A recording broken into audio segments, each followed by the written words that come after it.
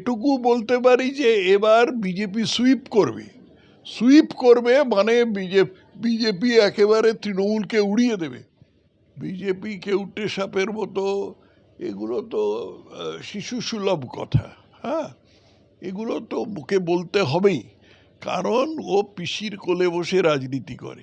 লোকের যখন খুব জ্বর হয় তখন যেরকম উল্টোপাল্টা কথা বলে, যেটাকে বাংলায় প্রলাপ বলে, মমতা বন্দ্যোপাধ্যায় প্রলাপ বকছেন। পশ্চিমবঙ্গের জনবিন্যাস বদলে এমন অবস্থায় এসেছে যে এখন পশ্চিমবঙ্গের মুখ্যমন্ত্রী এরকম একজন হুমায়ুন কবিরের মতন চরম সাম্প্রদায়িক লোক হবে, এরকম একটা ভাবাও যেতে পারে। এ তো ভাবা যেত না আগে। বিজেপি এবার সুইপ করবে, বিজেপি এবার ক্ষমতায় আসবে, তৃণমূল খড়কুটোর মতন উড়ে যাবে। নির্বাচনী আবহে গোটা বাংলায় এক কথায় প্রচারে গনগনে আঁচ। একদিকে শুভেন্দু অধিকারী, অন্যদিকে তৃণমূলও পিছিয়ে নেই, একে অন্যকে সূচাগ্র মেদিনী ছাড়তেও কিন্তু নারাজ। আর এখানে সরাসরি শুভেন্দু অধিকারীর চ্যালেঞ্জ তৃণমূলকে, কি সেই বিষয়ে সেই সমস্ত নিয়ে আলোচনায় থাকব। আর সঙ্গে পেয়ে গিয়েছি আজকে বরেণ্য শ্রী তথাগত রায়কে। অনেক অনেক স্বাগত স্যার আপনাকে। স্যার, সরাসরি এই প্রশ্ন দিয়েই আপনার কাছে শুরু করি যে শুভেন্দু অধিকারী তিনি একেই তো বলছেন যে এবারে তৃণমূল আর 50-এর বেশি তো দূরের কথা, মানে 100 আসনের কাছাকাছিও যাবে না, 2 অঙ্ক পেরোবে না। এদিকে সরাসরি শুভেন্দু অধিকারী চ্যালেঞ্জ ছুড়ে দিয়ে বললেন বিজেপি প্রায় 177, তার নিচে নামবে না কখনোই এই আসনে এবারে বিধানসভায়। কি বলতে চান? দেখো, এই একেবারে নম্বর ধরে ধরে হিসেব, এটার জন্য যে পরিমাণ গবেষণা দরকার হয় সেটা আমি করিনি। আমি তো এখন সক্রিয় রাজনীতির বাইরে। কিন্তু এটুকু বলতে পারি যে এবার বিজেপি সুইপ করবে মানে বিজেপি একেবারে তৃণমূলকে উড়িয়ে দেবে।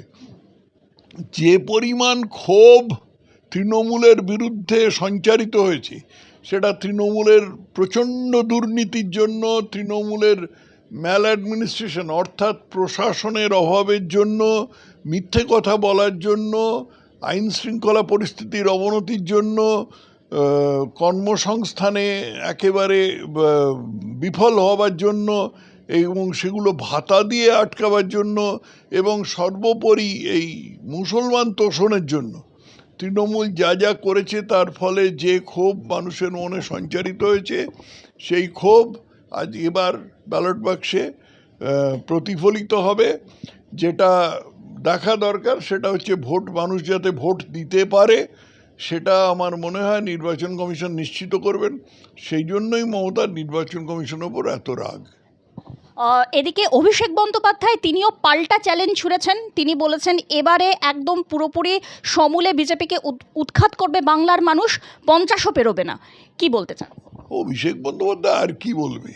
পিসির কোলে বসে রাজনীতি করে, পিসির সুরেই কথা বলেছে। মমতা বন্দ্যোপাধ্যায় তিনি দেখলাম যে ভোটের আগে তিনি বললেন যে সব রকমভাবে স্বচ্ছতা এবং নিরপেক্ষতা বজায় রাখার জন্য তিনি একাধিক পদ থেকে ইস্তফা দিলেন। এটা কি স্যার কোথাও না কোথাও মনে হয় যে ভোটের আগে একটু ভোট বাক্সের ওপরে প্রভাব ফেলার জন্য তার এটা সুকৌশল, ছলচাতুরি? কিসের সুকৌশল আমি তো বুঝতে পারছি না।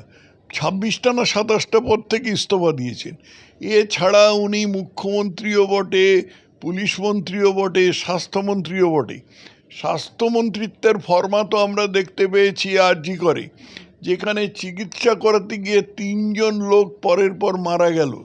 তো এই যে যিনি স্বাস্থ্যমন্ত্রিত্ব করতে গিয়ে এই জিনিসটা করেছেন, মুখ্যমন্ত্রিত্ব করতে গিয়ে পুরো রাজ্যটাকে রসাতলে পাঠিয়েছেন, এবং পুলিশ মন্ত্রিত্ব করতে গিয়ে পুলিশকে দলদাসে পরিণত করেছেন, তিনি আর 26টা পদের প্রতি যে কি সেই পদগুলো নিয়ে কী করছিলেন আমি জানি না।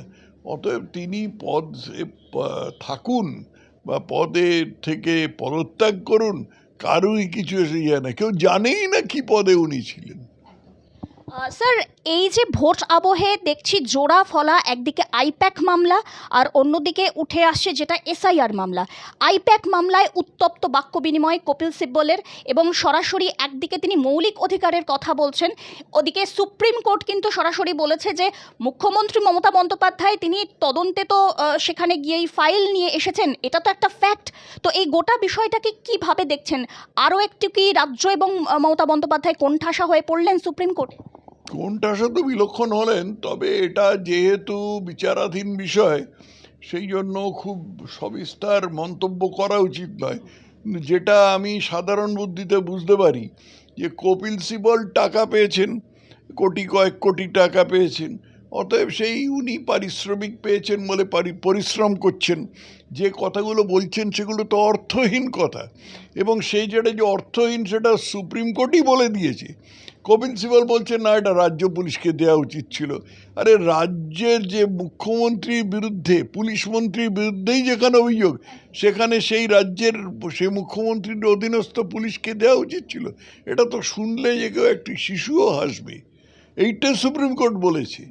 তো কপিল সিবল বলেছে, কপিল সিবল পয়সা পেয়েছে, কপিল সিবল বলেছে, তাদের অসুবিধার কি আছে? স্যার, আরও একটি মামলা যেটা এসআইআর মামলা, বর্তমানে দাঁড়িয়ে রাজনৈতিক প্রেক্ষাপটে অত্যন্ত গুরুত্বপূর্ণ একটি টার্ন নিয়েছে। সেখানে সুপ্রিম কোর্ট এটা ভৎসনা করেই বলেছে যে অন্যান্য সমস্ত রাজ্যে তো হচ্ছে, তবে বাংলাতে অসুবিধাটা কোথায়? স্যার, আপনি এই প্রেক্ষিতে কিভাবে দেখছেন সুপ্রিম কোর্টের এই মন্তব্যকে? এসআইআর মামলাটা নিয়ে বস্তুত আর বিশেষ কিছু বলার নেই। তার কারণ মমতা বন্ধ হয়নি। মমতা ব্যানার্জি মাথা চাপড়াচ্ছেন না হাত কামড়াচ্ছেন সেটা আমরা জানি না, কিন্তু এসআইআর বন্ধ হয়নি। অতএব এই পরিস্থিতিতে আর কি করার আছে?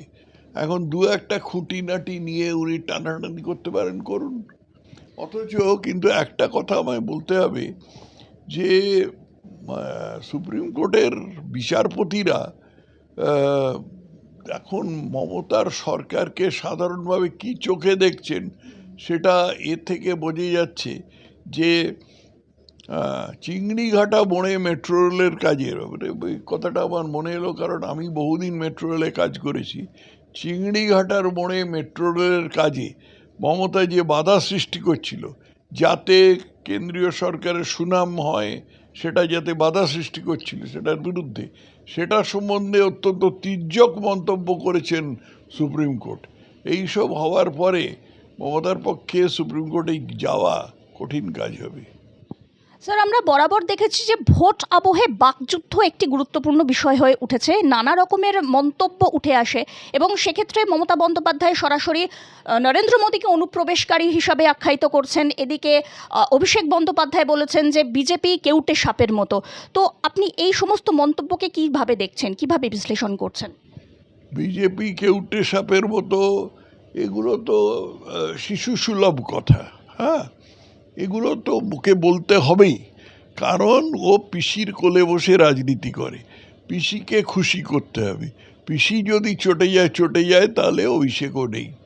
আচ্ছা, আর প্রধানমন্ত্রীকে অনুপ্রবেশকারী বলা কোন যুক্তিতে বললেন, এটা তো আমার বোধগম্য হচ্ছে না। আমার মনে হয় না পৃথিবীর কারুর বোধগম্য হয় যে আমাদের দেশের প্রধানমন্ত্রী তিনি কিভাবে অনুপ্রবেশকারী হলেন।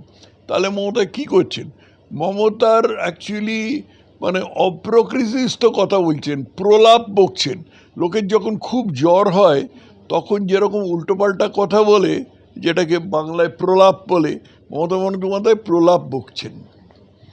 স্যার, আজকে আরও একটি বিষয় উঠে এলো, সেটা হচ্ছে যে এই আসাউদ্দিন ওয়াইসি মিম, এবং একই সঙ্গে হুমায়ুন কবিরকে সঙ্গে রেখে হুমায়ুন কবিরকে মুখ্যমন্ত্রিত্বের মুখ করে আর কি তারা বলেছেন লড়াই হবে। এটা বাংলার জন্য ঠিক কী ইঙ্গিত দিচ্ছে বাংলার রাজনৈতিক প্রেক্ষিতে?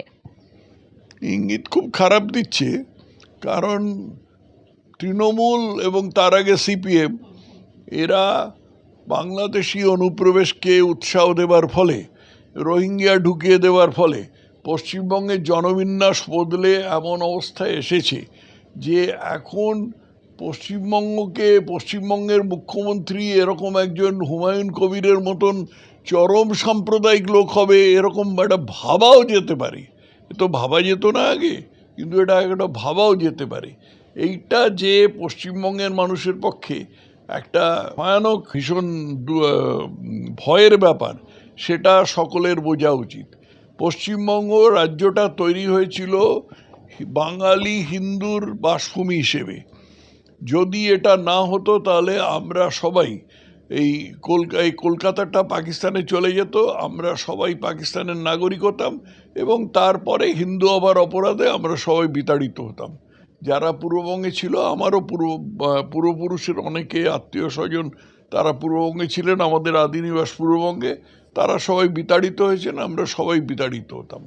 এইটা যে হয়েছে, এটা যে হয়নি, পশ্চিমবঙ্গ যে বাঙালি হিন্দুর বাসভূমি হয়ে চিহ্নিত হয়েছে, এর কৃতিত্বের সিংহভাগ হচ্ছে শ্যামাপ্রসাদ মুখোপাধ্যায়ের। এই শ্যামাপ্রসাদ মুখোপাধ্যায়ের সিংহভাগ, এই যে খ্যাতিটা, এই জিনিসটা প্রাণপণ চেপে রাখতে চেষ্টা করেছে কংগ্রেস, তৃণমূল, সিপিএম সবাই আর কি। আজকে এটাকে উল্টে দেবার জন্য এতদিন ধরে যে প্রচেষ্টা চলেছে, এই অনুপ্রবেশকে উৎসাহ দিয়ে, তারই ফলে আজকে এরকম ভয়াবহ কথা আজকে বলতে পারছি। এই আসাদুদ্দিন ওয়েসি বা হুমায়ুন কবির এরকম ভয়াবহ কথা বলতে পারছি।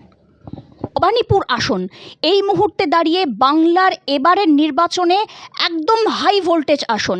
সেখানে একদিকে শুভেন্দু অধিকারী বলছেন যে আমি বলে বলে গোল দেব, অন্যদিকে মমতা বন্দ্যোপাধ্যায় এবং অভিষেক বন্দ্যোপাধ্যায় বলেছেন যে 60,000-এরও বেশি মার্জিনে মমতা বন্দ্যোপাধ্যায় জিতবেন। এবং অলরেডি যে বিজেপির প্রার্থী তালিকা প্রকাশিত হয়েছে গোটা বাংলা জুড়ে, তো এই গোটা বিষয়টিকে আপনি বিজেপির জন্য কতটা আশাবাদিত্ব বা ইতিবাচক হিসাবে দেখছেন? বিজেপি এবার সুইপ করবে, বিজেপি এবার ক্ষমতায় আসবে, তৃণমূল খড়কুটোর মতন উড়ে যাবে। কারণ আমি তো গোড়াতেই বললাম, তৃণমূল যে সমস্ত মানুষের মনে তৃণমূলের বিরুদ্ধে যে ক্ষোভের সঞ্চার হয়েছে, যার মধ্যে আছে তৃণমূলের দুর্নীতি, তৃণমূলের মানুষের কর্মসংস্থানের ব্যবস্থা না করা, ভাতা দেওয়া, তৃণমূলের ম্যাল অ্যাডমিনিস্ট্রেশন যাকে বলে, প্রশাসনের গাফিলতি, এবং সর্বোপরি এই মুসলমান তোষণ, এই জিনিসগুলোর বিরুদ্ধে যে ক্ষোভ সঞ্চারিত হয়েছে মানুষের মনে, সেই ক্ষোভের প্রকাশ ব্যালট বক্সে পাওয়া যাবে, এ সম্বন্ধে আমি নিশ্চিত। খালি এটাকে নিশ্চিত করতে হবে যে মানুষ যাতে ঠিকমতো ভোট দিতে পারেন, সেটা আমার বিশ্বাস নির্বাচন কমিশন করছেন। নির্বাচন কমিশন এই ব্যবস্থাটা করছেন বলেই মমতা ব্যানার্জির নির্বাচন কমিশনের উপর এত রাগ।